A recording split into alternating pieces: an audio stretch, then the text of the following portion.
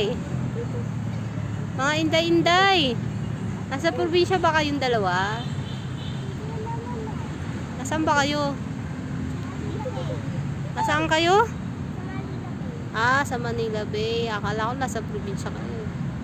Ano gagawa nyo? Ano ginagawa nyo? Bahay-bahayan?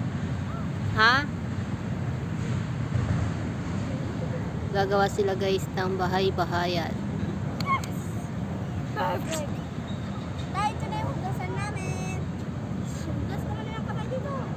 Alam nga pala guys, andito nga pala kami ngayon sa Manila Bay. Ayan ang sabon. May part na maitim yung buhangin, meron ding hindi. Dito naman maputi dyan sa part na yun.